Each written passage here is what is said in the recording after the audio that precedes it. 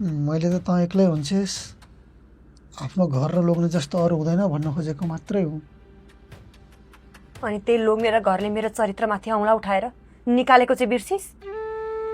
कुन चाहिँ एउटा विवाहित नारीलाई आफ्नो लोग्ने र घर छोडेर एक्लै बस्ने रहर हुन्छ भन् त?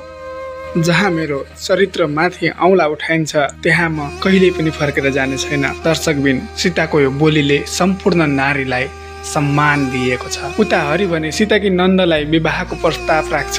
त्यही हरि जसले सीतालाई कुनै बेलामा दुर्व्यवहार गरेको थियो। अब आउने भागमा के होला? के जगतले साँच्चीकै सीतालाई घर फर्काउन सक्ला? के सृष्टिको र हरिको विवाह होला? के होला? अर्को एपिसोड हेर्न भने नबिर्सनु होला।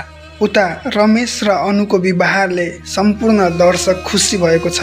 अब रमेश र अनुको विवाह जस्तै अनिके सीता र जगत फेरि मिल्लान् त? अर्को भिडियोको लागि वेट गर्नुहोला। यदि भिडियो मन परे च्यानललाई सब्स्क्राइब गरेर सँगै रहेको बेल आइकन घन्टी बजाउन पनि नबिर्सनु होला। आजको लागि यति नै।